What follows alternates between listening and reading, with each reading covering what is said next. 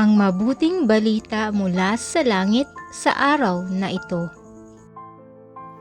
Alleluia, Alleluia! Daan ng poong nariyan na, tuwirit ihanda sa kanya, pagtubos niya'y makikita. Alleluia, Alleluia! Ang mabuting balita ng Panginoon ayon kay San Mateo. Pinupuri ka namin, Panginoong Hesukristo. Habang bumababa sila sa bundok, tinanong si Jesus ng mga alagad, "Bakit po sinasabi ng mga eskriba na dapat munang pumarito si Elias?" Sumagot siya, "Paririto nga si Elias upang ihanda ang lahat ng bagay.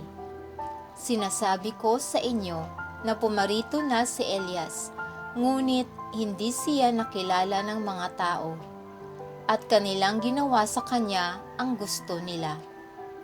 Gayon din naman, pahihirapan nila ang anak ng tao."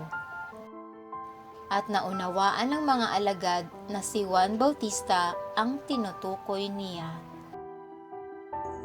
Ito ang mabuting balita ng ating kaligtasan. Papuri sa Diyos.